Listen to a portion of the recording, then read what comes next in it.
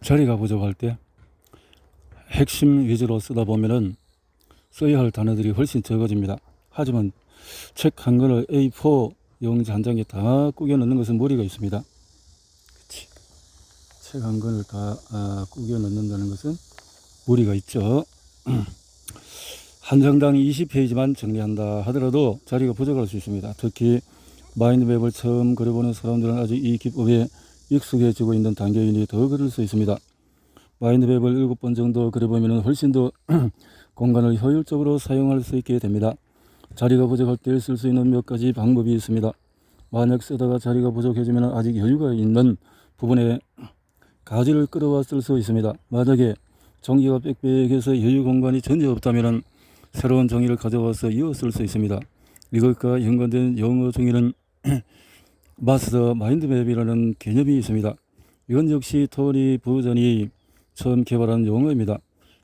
마스터 마인드맵은 주제 전체 내용을 요점만을 담아서 만든 것입니다. 마스터 마인드맵을 보충하기 위해서 보조 마인드맵에서는 세부 사항을 다룹니다. 마스터 마인드맵의 줄기가 보조 마인드맵의 중심 주제가 됩니다. 약어의 사용. 마인드맵을 사용할 때 항상 약어를 써야 하는 것은 아닙니다. 노트 필기를 할 때 약어를 쓰면 시간을 단축할 수 있습니다만 마인드맵에 약어를 사용하면 자리를 적게 쓸 수 있습니다. 하지만 주의해야 할 점은 약어를 일관되게 쓰고 원래 단어를 잊어버리지 않도록 법례를 따로 정해 놓아야 합니다. 그림의 사용. 앞서 설명했듯이 가능하면 많은 그림과 기호를 사용하도록 합니다. 많으면 많을수록 좋습니다. 하지만 그림을 그리는데 너무 공을 들이지는 마시고 간단한 기호만 그려도 충분합니다. 이렇게 색깔의 사용은 주제에 따라서 색으로 분리하거나 색을 통해 강조할 수 있습니다. 컬러 코딩을 이용합니다. 컬러 코딩을 이용을 해서 색깔을 사용해서 할 수도 있다. 이렇게 해서 마인드맵을 A, B, C, D, E 이렇게 집어넣을 수 있고 1, 2, 3, 4, 5 거꾸로 이렇게 넣을 수가 있다. 위에서 설명한 두 가지 컬러 코딩 방식은 당연히 확장할 수 있습니다. 내용이 비슷한 개념은 같은 색으로 쓸 수 있습니다. 어떤 이론의 장점은 초록으로 쓰고 단점은 빨간색으로 써볼 수 있습니다. 그림 3.25에서는 여러 가지 컬러 코딩을 정해 놓았습니다. 각각 별도의 색깔로 나타내기, 특정 시간에 발생한 사건, 특별하게 관리해야 할 화학 성분, 문법적인 의미를 가지고 있는 것. 18세기 것은 모두 녹색, 원소 헬륨은 빨간색, 현재 시제는 파란색. 스타일. 마인드맵을 그리면서 여러 가지 스타일을 시도해보는 것도 좋습니다. 하지만 마인드맵의 구조가 명료함을 잃지 않도록 주의해야 합니다. 따라서 항상 계층 구조에 맞춰서 쓰고 핵심 단어 위주로 내용을 적도록 합니다. 이 두 가지 마인드맵에서 가장 중요합니다. 어떤 독자들은 마인드맵에 일관되게 사용하는 기호가 있다는 점도 이미 파악했을 것입니다. 이 기호들은 개념을 형상화한 것입니다. 이렇게 하면 시간을 많이 투자하지 않더라도 그림을 많이 쓸 수 있게 됩니다. 만약에 개념을 형상화한 기호를 사용할 생각이면 일관되게 사용하는 것이 가장 중요합니다. 법례에 이 기호의 의미를 설명하겠습니다.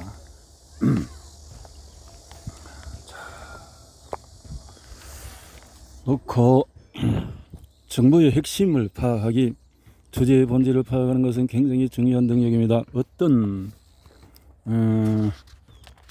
사람은 쉽게 할 수 있지만 대부분은 어려워합니다. 이번 단원에서는 정보의 핵심을 파악하는 방법을 알아보겠습니다. 방대한 양의 정보를 다룰 때는 전통적인 학습 방법을 사용하는 것이 핵심을 파악하는 데 도움이 됩니다. 예를 들면 텍스트의 구조를 먼저 파악하는 것이 내용의 본질을 이해하는 데 많은 도움이 됩니다. 책의 한 단어를 요약한다고 가정해 봅시다. 먼저 책의 제목과 소제목을 확인해야 합니다. 이것이 여러분이 요약한 글의 밑그림입니다. 자리에 나온 내용과 요점이 같기 때문에 이런 텍스트의 내용에 대한 좋은 지표가 됩니다. 각 문단의 구조를 알아봅시다. 일반적으로 첫 문단에 다룰 내용이 소개되어 있고 나머지 문단은 글의 전체의 내용을 요약합니다. 각 문단의 첫 문장과 마지막 문장도 똑같이 적용됩니다. 마지막으로 각 문단의 단어를 살펴봅니다. 골건극시 이태를 때 미추홀 듯 강조된 단어를 중심적으로 살펴봅니다. 특히 명사, 동사, 신호 위주로 보도록 합니다. 인물, 용도, 이론, 장단점, 개념 이렇게 해서 스타일, 책, 사진, 요약, 건강의 부적, 정리, 제목, 키워드 이렇게 해서 쭉쭉쭉 연결로 마인드 매핑을 해본다. 텍스트의 구조를 정리하기 위해서 마인드맵 기법을 사용해도 좋습니다.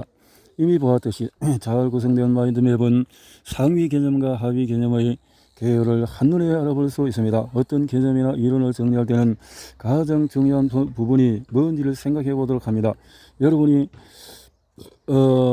심상성 근전에 대해서 조사한다고 가정해 봅시다. 심상성 근선 보건 분야에 종사하거나 그럴 계획이 있다면 심상성 근선의 피부 질환을 말한다는 것을 알고 있을 겁니다. 그것이 바로 핵심입니다. 조금 더 포괄적인 명칭을 사용하고 싶다면 단순히 질병이라고 부르면 됩니다. 이렇게 상위 개념으로 묶는 과정을 결집한다고 합니다. 반대로 조금 더 구체적으로 쓸 수가 있습니다. 예를 들어서 심상성 근선은 만성 피부 질환입니다. 이것은 하위 개념은 그 질환의 증상이겠죠. 단락을 통해서 제목으로서 해서 이렇게 팽창해서 이렇게 해나갈 수 있고, 해체, 질병, 피부, 만성, 심상성 근선, 구체적으로 만드는 것을 해체한다라고 합니다. 마지막으로 팽창이 있습니다. 예를 들어서 적상근선은 다른 종류의 근선이지만 심상성 근선과 같은 피부 질환으로 동의 개념입니다. 결집, 해제, 그리고 팽창은 전문서적의 구조를 잡을 때 도움이 됩니다. 상위 개념과 하위 개념 그리고 동의 개념을 구분하기 쉬워집니다. 명사에 집중하기. 명사 위주로 보는 것은 텍스트의 핵심을 파악하는 또 다른 방법입니다. 이런 문장을 간결하게 쓰는 데 도움이 됩니다. 핵심 단어는 텍스트의 내용을 가장 잘 요약하는 단어입니다. 그리고 이 텍스트를 효과적으로 기억할 수 있게 해줍니다. 핵심 단어는 어떻게 찾을까요? 텍스트를 읽다 보면 단어마다 고유의 기능이 있다는 것을 알 수 있습니다. 이런 단어들을 그림 3.30의 품사와 기능별로 분류해 두었습니다.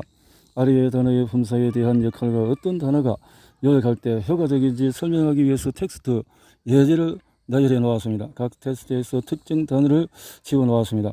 각 텍스트가 어떤 내용을 말하고 있는지 파악해 보세요. 마이너스는 삭제된 단어를 표시합니다. 삭제. 첫 번째 예제는 관사만 남기고 모두 지웠습니다. This is one and of this the and 이렇게 간사와 접두를 남기고 다 지웠다. 관사만 있는 글은 의미를 파악하는 것이 불가능합니다. 관사는 글의 핵심을 담고 있지 않습니다. 다음 텍스트는 형용사를 제외하고 모두 삭제된 이름이다. 자, 어두운, dark, 가장, comprehensive, 종합적인, dangerous, 전체적인. 자, 이런 역시 그의 의미를 파악할 수 없습니다. 마지막 예제는 명사와 날짜만 있는 텍스트입니다. 명사, 구체적인 정보를 제공하고 집, 자전거, 형용사, 자기 포기의 특성이 있고, 대명사, 예쁜 동사, 한정사, 이렇게 더 우선 논어 열고 다른 요소 이렇게 즉 또한 중요한 것을 보고 핵심적인 것을 자 인벤션 그다음 장소 오토모티브 1862년 미닝 히스토리 가장 로지컬 어떤 비기닝 시작하다 센츄리 세일스 칼 프라이베이트 퍼슨스 소미업자, 리테일러스, 컨트리, 나라, 셀링, 머천다이스. 앞의 예제는 16개의 단어밖에 적혀 있지 않지만 원래 문장은 총 47개의 단어로 이루어져 있습니다. 그럼에도 불구하고 여러분은 이 문장의 내용을 쉽게 알 수가 있습니다. 부가적인 부분만 빠져 있을 뿐입니다. 여기서 알 수 있듯이 명사는 텍스트의 핵심을 나타냅니다. 처음 텍스트를 요약할 때는 명사만 적습니다. 만약에 그 내용이 부족하다면 느끼다면 동사, 형용사의 신호를 추가해도 됩니다. 간단 명료하게 글쓰기. 여러분은 이제 정보의 핵심을 파악하는 방법을 터득이기 때문에 예전보다 나은 요약문을 쓸 수가 있습니다. 정보를 간결하게 적으면 시간을 절약할 수 있습니다. 그리고 정보의 내용도 더 잘 생각납니다. 이번 단원에서는 글을 간단 명료하게 쓰는 방법을 알아볼 것입니다. 나중에 시험을 봐야 할 내용의 핵심 단어를 정리할 때 아무리 효과가 좋아도 선뜻 용기가 나지 않을 수가 있습니다. 제가 처음 이것을 공부해 봤을 때 제 반응은 이랬습니다. 굉장한데 하지만 시험 공부할 때는 쓰지 않을 거야. 혹시 기억이 안 나면 낭패잖아. 여러분도 같은 생각을 하실 겁니다. 무턱대고 처음부터 다 요약하지는 맙시다. 단계적으로 이 기법을 활용하도록 합니다. 처음에는 여러분만의 방식으로 정보를 요약하다가 차츰차츰 이 기법을 적용합니다. 처음에는 핸드폰이나 달력에 있는 스케줄처럼 쉬운 것부터 시작합니다. 각 항목별로 세 단어 이상 쓰지 않습니다. 문장 전체를 쓰는 것보다는 단어만 쓰는 것이 더욱 기억하기 편하다는 것을 느끼게 됩니다. 단어는 명사와 동사 위주로 써야 합니다. 정보를 더 간결하게 하는 방법은 배경 지식을 사용하는 것입니다. 저자들은 독자들의 배경 지식을 미리 염두에 두고 책을 씁니다. 그 다음에 어떤 주제에 대해서 얼마만큼 설명할지를 정하게 됩니다. 만약 모든 부분을 설명하는 모든 사람이 알 수 있는 글이 되겠지만 내용에 대해서 어느 정도 아는 사람은 지루함을 느끼고 책을 덮어버릴 것이기 때문입니다. 반대로 저자가 쓰는 개념에 대해서 아무런 설명이 없으면 전문가만 그 책의 내용을 이해할 수 있을 것입니다. 이때 여러분의 배경 지식을 사용하게 됩니다. 만약에 텍스트의 정보를 어느 정도 알고 있다면 알고 있는 부분은 안 써도 무관합니다. 알고 있다면 언어 사용과 연관된 장애는 실어증이라는 포괄적인 개념에 속한다. 실어증은 뇌 손상의 결과로 생길 수 있습니다. 손상 위치에 따라서 부차적인 증상을 띈다. 이는